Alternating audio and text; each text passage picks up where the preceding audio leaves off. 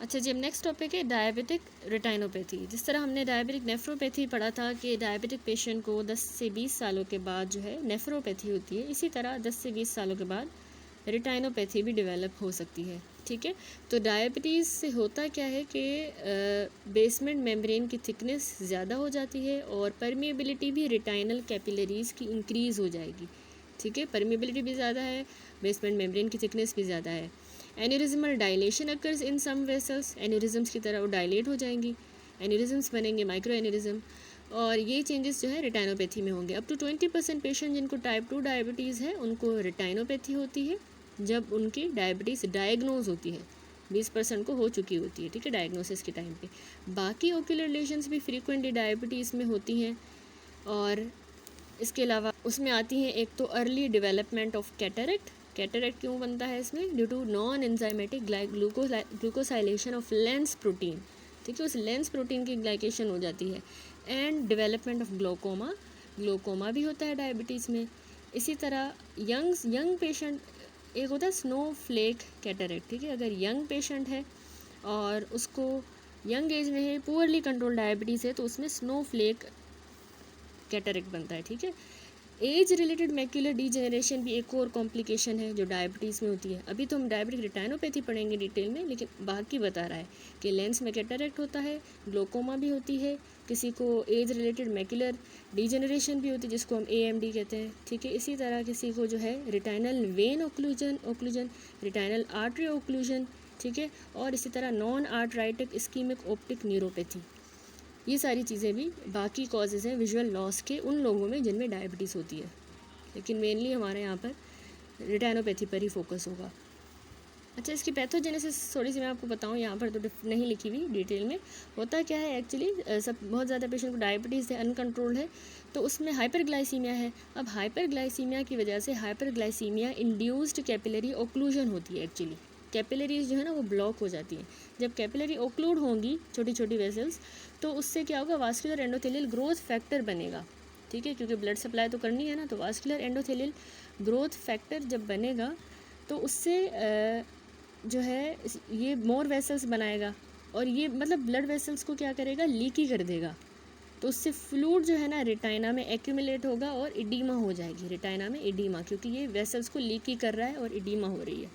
ठीक है, इसके अलावा एंजियोजेनेसिस हो गया। अब ये वास्कुलर एंडोथेलियल ग्रोथ फैक्टर हमें पता है कि एंजियोजेनेसिस भी कराएगा तो ज़्यादा वेसल्स बनेंगी, प्रोलिफरेट करेंगी, जो फ्रेजाइल होंगी, यानी न्यू वास्कुलराइजेशन होगी, वो फ्रेजाइल होंगी, आसानी से ब्लीड करेंगी। तो ये सारा इसमें डायबिटिक रेटाइनोपैथी में मैकेनिज्म है। हाइपरग्लाइसीमिया की वजह से ओक्लूजन हुई तो VEGF बना जिसने एडिमा भी कराई और न्यू वास्कुलराइजेशन।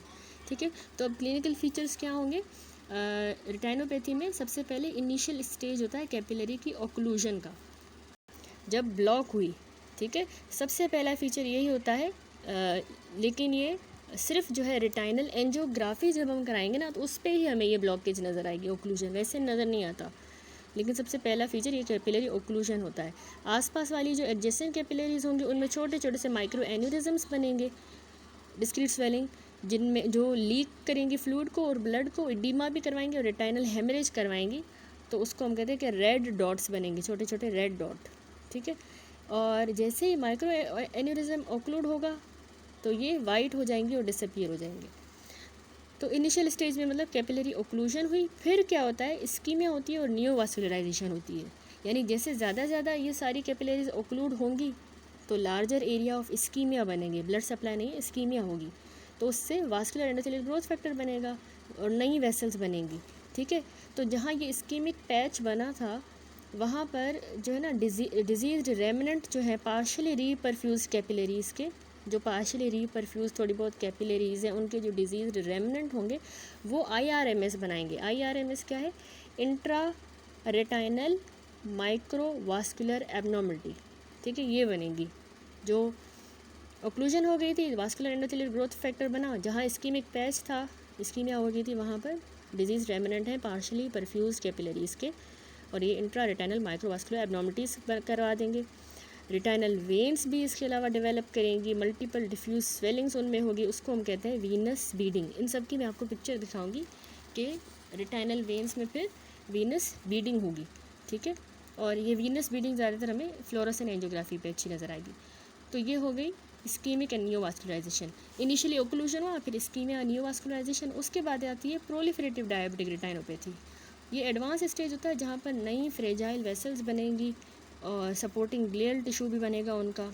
ये रेटाइनल वेन्स में से ही ग्रो करेंगी विट्रस के अंदर, ठीक है, वही वेसल्स विट्रस में भी ग्रो करेंगी। तो ये जो न्यू वेसल्स बनी है ना, ये ब्लीड ज़्यादा करती हैं, फ्रेजाइल होती है, तो उससे विट्रस में हेमरेज होगी, ट्रैक्शनल पुल होगा और रेटाइनल डिटैचमेंट भी होगी। लास्ट में होता है retinal lesion, other retinal lesion जो कैपिलरी ओक्लूजन के अलावा है, उसमें कुछ फ्लेम हेमरेजेस, ये सारा हम फोर्थ ईयर में आई में पढ़ के आए, फ्लेम हेमरेज बनेंगे, ठीक है, आपने पढ़ा है ना, स्ट्रीकी किस्म के वो हॉरिजॉन्टल हेमरेज होते हैं, रेटाइनल नर्व फाइबर लेयर में होते हैं, ठीक है। दूसरा कॉटन वूल स्पॉट बनेंगे जो सॉफ्ट एक्सुडेट होते हैं, फ्लफ़ी किस्म की, वो भी नर्व फाइबर लेयर में होते हैं, ठीक है। और Roth spot, cotton wool spot जब इंक्लूजिंग फ्लेम हेमरेज के साथ मिलेगा तो उसको रोथ स्पॉट कहते हैं। तो अब यहाँ पर भी यही कह रहा है कि बैकग्राउंड रेटिनोपैथी में होगा क्या, डॉट हेमरेज होंगे। अच्छा, डॉट हेमरेज जो है ना, वो हम कहते हैं एक्चुअली छोटे से पिन पॉइंट ब्लीड होता है जो माइक्रो एन्यूरिज्म से इनडिस्टिंग्विशेबल होता है, यानी बिल्कुल ऐसा ही दिख रहा होता है जिस तरह से माइक्रो एन्यूरिज्म है वैसा ही होता है। स्मॉल बैलून लाइक स्वेलिंग जो कैपिलरी पे बनती है माइक्रो एन्यूरिज्म, वैसा ही ये डॉट हेमरेज होता है, छोटा सा पिन पॉइंट ब्लीड होगा, ठीक है। और ब्लड हेमरेजेस जो होते हैं ना, ये कैपिलरी ओक्लूजन के इंडिकेटिव हैं। ये अगर हमें मिल रहे हैं ब्लड हेमरेज, इसका मतलब है कि कैपिलरी ओक्लूड हुई हैं, ठीक है। तो due to leakage of blood into the deeper layer of retina, तो ब्लड हेमरेज बनने इसलिए है कि ओक्लूजन हुई है और ब्लड जो है डीपर लेयर ऑफ रेटाइना में लीक हो गया है। तीसरा, hard exudate rich in lipid and protein have bright yellow in colour, तो वो ब्राइट येलो कलर के हार्ड एक्सुडेट नजर आएंगे। तो background retinopathy does not itself constitute a threat to vision but may progress, या आगे जाके क्योंकि मैक्युलोपैथी करवाती है और प्रोलिफरेटिव रेटिनोपैथी, इसीलिए बैकग्राउंड रेटिनोपैथी ख़राब है, ख़तरनाक है, कि इसी से मैक्युलोपैथी होगी और इसी से प्रोलिफरेटिव रेटिनोपैथी। मैक्युलोपैथी क्या है, डायबिटिक मैक्युलोपैथी एक्चुअली इसमें होता क्या है, hard exudate arranged in a horse shoe या सर्कुलर फैशन में, मतलब हॉर्स शू या सर्कुलर फैशन में हार्ड एक्सुडेट होगा, कहाँ पर, सेंट्रल और लेटरल पार्ट ऑफ मैक्युला के अराउंड, सेंट्रल और मैक्युलर लेटरल पार्ट जो है ना मैक्युला का, वहाँ पर ये हार्ड एक्सुडेट बनते हैं डायबिटिक मैक्युलोपैथी में। तो ये विजुअल एक्विटी लॉस करवाएगा और सेंट्रल पार्ट ऑफ रेटाइना को ओक्लूड करेगा। इडीमा और इस्कीमिया भी इस मैक्युला में हो सकती हैं, ठीक है। तो ये होती है डायबिटिक मैक्युलोपैथी जो प्रोलिफरेटिव रेटिनोपैथी के बाद होती है। एक हो गई ये मैक्युलोपैथी, दूसरी हुई थी प्रोलिफरेटिव रेटिनोपैथी। इसमें क्या होता है, प्रोलिफरेटिव नाम से पता चला प्रोलिफरेशन हो रही है, तो उसमें कॉटन वूल स्पॉट्स हमें मिलेंगे, सॉफ्ट एक्सुडेट जो रेटाइनल एडिमा के पैचेस को इंडिकेट करेंगे। दूसरा नियोवास्कुलराइजेशन, प्रोलिफरेटिव है ना, तो कॉटन वूल स्पॉट और नियोवास्कुलराइजेशन, यानी नई वेसल्स बनेंगी जो कि सुपरफिशियली ग्रो करनी होंगी और फॉरवर्ड इनटू द विट्रस। अब ये न्यू वेसल जो बनी है, मैंने आपको बताया फ्रेजाइल होती है, इजीली ब्लीड करेंगी, विट्रस में हेमरेज कराएंगी, तो डिटैचमेंट भी हो सकती है रेटाइना की। ऑफ्थेल्मोस्कोपी में हमें ये फीचरलेस ग्रे हेज देगी, ग्रे हेज की तरह नज़र आएगी, ठीक है। अच्छा, जब इनाम दानिश में तो अच्छी पिक्चर्स नहीं बनी हुई, तो मैं आपको ये कुछ पिक्चर्स भी दिखाती हूँ डेविडसन से, इसमें अच्छी बनी हुई है। सबसे पहले ये फिगर देखें ऊपर वाली, इसमें दिखाया गया है सिवियर किस्म की बैकग्राउंड डायबिटिक रेटिनोपैथी हुई है, ठीक है, इस तरह से नज़र आएगी बैकग्राउंड डायबिटिक रेटिनोपैथी सिवियर किस्म की। इसमें आपको नज़र क्या आ रहा है, एक तो इसमें मल्टीपल ब्लड हेमरेजेस हैं। जो ब्लड हेमरेजेस होते हैं ना, ये एक्चुअली कैपिलरी ओक्लूजन को इंडिकेट कर रहे हैं कि कैपिलरी ओक्लूड हो गई है, ठीक है, और टाइनी ब्लड वेसल्स जो है ना रेटाइना में वो ब्लॉक हो गई है। तो मल्टीपल ब्लड हेमरेजेस हैं और इसके अलावा आपको इसमें डॉट हेमरेजेस भी नज़र आ रहे हैं, छोटे छोटे से। ये देखिए डॉट हेमरेजेस जो हैं, ये एन्यूरिज्म से हम डिफ्रेंशिएट नहीं कर पा रहे कि ये एन्यूरिज्म है या हेमरेज है, क्योंकि ये भी छोटे छोटे से हैं। तो multiple blot and dot haemorrhages होंगे। तीसरा देखिए कॉटन वूल स्पॉट, ये फ्लफ़ी से कॉटन वूल स्पॉट, ये तीनों चीज़ें होंगी सिवियर बैकग्राउंड डायबिटिक रेटिनोपैथी में। अब इसकी दूसरी इमेज देखिए, red free image. Red free image में क्या है कि हमने, ताकि विजिबिलिटी अच्छी हो, हेमरेज हमें अच्छा नज़र आए, तो इसमें हमने रेड लाइट हटा दी है और इसमें देखिए क्लियरली हमें नज़र आ रही है हेमरेज, ये सारी जो है मल्टीपल ब्लॉट हेमरेजेस हैं, ये डॉट हेमरेजेस नज़र आ रही हैं और ये कॉटन वूल स्पॉट्स हैं, ठीक है। उसके बाद अगेन इस फिगर पे आ जाएं, ये फिगर है फ्लोरोसेंट एंजियोग्राम। फ्लोरोसेंट एंजियोग्राम पे हमें देखिए माइक्रो एन्यूरिज्म्स नज़र आ रहे हैं, ठीक है, छोटे छोटे से ये क्या है, माइक्रो एन्यूरिज्म्स हैं। तो इसमें डाई होता है फ्लोरोसेंट, वो इंजेक्ट करते हैं, फिर हम ये पिक्चर्स लेते हैं रेटाइना की। तो माइक्रो एन्यूरिज्म्स के अंदर देखिए वो डाई लीक हो गया है, ठीक है। उसके अलावा अगली फ़ोटोग्राफ पे आए, जिसमें इसमें हमारे पास है cardinal consequence of capillary occlusion. अब कैपिलरी की ओक्लूजन हो गई है, डायबिटिक रेटिनोपैथी में पहले ओक्लूजन हो रही थी ना हाइपरग्लाइसीमिया की वजह से, तो ओक्लूजन की वजह से अब क्या हो रहा है कि IRMS, मैंने आपको बताया IRMS, ये देखिए ये आपको वेसल नज़र आ रही है, इसको कह रहे हैं इंट्रा रेटाइनल माइक्रोवास्कुलर एनोमलीज, ठीक है। ये असल में abnormal dilated tortuous blood vessels ही होती हैं। कहाँ बनती हैं ये ब्लड टॉर्चुअस वेसल? जहाँ पर ओक्लूजन हो जाती है ना, वहाँ पर ये बनती हैं, ठीक है। तो एक्चुअली ये रेटाइना के ब्लड को रीरूट कर रही होती हैं, लेकिन ये ट्रू वेसल्स नहीं है, ये बस रीरूट कर रही हैं। इंट्रा रेटाइनल माइक्रोवास्कुलर एनोमली है। दूसरा ये देखिए वीनस डुप्लीकेशन हो गई है, Venus reduplication and beading. Actually ये रेयर फाइंडिंग है जहाँ पर वीन जो है अपने आप को डुप्लीकेट कर गई है। वीनस बीडिंग का मतलब है इरेगुलर सॉसेज तरह की construction and dilation along the retinal when. जब कैपिलरी ओक्लूड हो जाती है तो इस तरह से वीनस बीडिंग होती है। ये सिग्निफिकेंट रेटाइनल इस्कीमिया का साइन है, बहुत ज़्यादा सिग्निफिकेंट इस्कीमिया हुई है तब हमें ये वीनस बीडिंग एंड डुप्लीकेशन मिलती है। तीसरा ये देखें, ये क्या हुआ है, न्यू वेसल फार्मेशन, ठीक है। ये क्रिटिकल साइन होता है डायबिटिक प्रोलिफरेटिव डायबिटिक रेटिनोपैथी का, नई वेसल्स बन रही हैं क्योंकि इस्कीमिया हुआ है, ठीक है। और ये ब्लीड करेगी, विट्रस हेमरेज करवाएगी, ट्रैक्शनल रेटाइनल डिटैचमेंट करवाएगी, ठीक होगी, क्योंकि ये फ्रेजाइल होती हैं।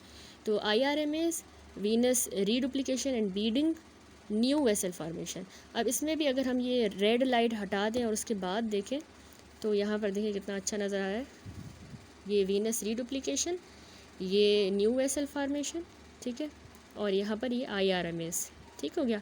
तो रेड फ्री लाइट में अब यहाँ पर देखिए ये पिक्चर कितनी ब्लैक थी, ये कितनी पेल है। अब ये पेलारनेस जो होती है ना, नॉर्मली नीचे रेटाइना के कोरोइड पड़ा हुआ है जो हाईली वेस्कुलराइज्ड होता है और इसीलिए हमें ब्लैक नज़र आता है, वाइट नहीं नज़र आता। तो देखिए इतनी इस्कीमिया हो गई है कि इतना पेल हो गया है, तो ये सीवियर डायबिटिक प्रोलिफरेटिव रेटाइनोपैथी को इस्कीमिया को इंडिकेट कर रहा है ये स्टेज, ठीक हो गया। अब हम इसकी मैनेजमेंट देखते हैं कि हम किस तरह से डायबिटिक रेटाइनोपैथी को मैनेज करेंगे। तो सबसे पहले तो हाइपरटेंशन को अच्छा सा कंट्रोल करना है अगर पेशेंट को साथ ब्लड प्रेशर है, और स्मोकिंग अवॉइड करनी है, ठीक है।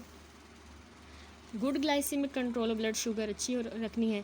Annual consultation with ophthalmologist should be arrange, हर साल अपने आई चेकअप करवाए। जिनको मैक्युलर एडिमा है या सीवियर नॉन प्रोलिफरेटिव या प्रोलिफरेटिव रेटाइनोपैथी तो उनको ऑफ्थल्मोलॉजिस्ट की केयर की ज़रूरत है। Ophthalmology is essential in the following condition, किस कंडीशन में ज़रूरी है?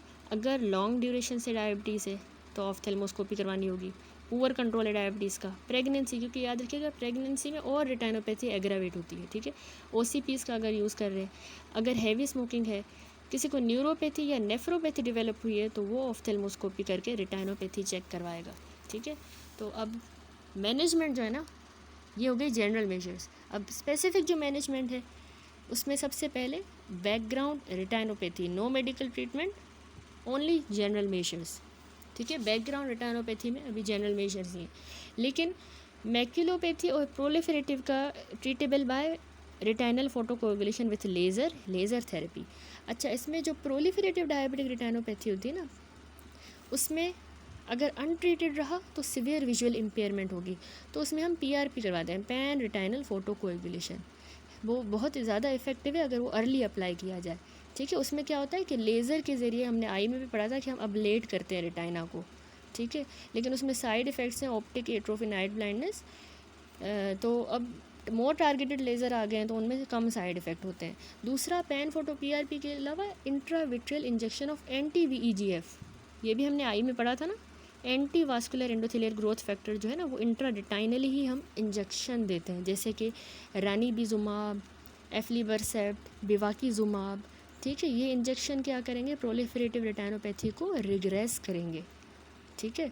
और दूसरा, अब डायबिटिक मैक्युलर इडीमा जिसमें मैक्युला में स्वेलिंग हो जाती है, तो उसमें फिर हमें लेज़र ही यूज़ करना होता है। ग्रिड पैटर्न में हम लेज़र यूज़ करेंगे डायरेक्टली, जो लीकिंग में या फिर लीकी जो माइक्रो एन्यूरिज्म है उस पर लेज़र अप्लाई करेंगे, ठीक है।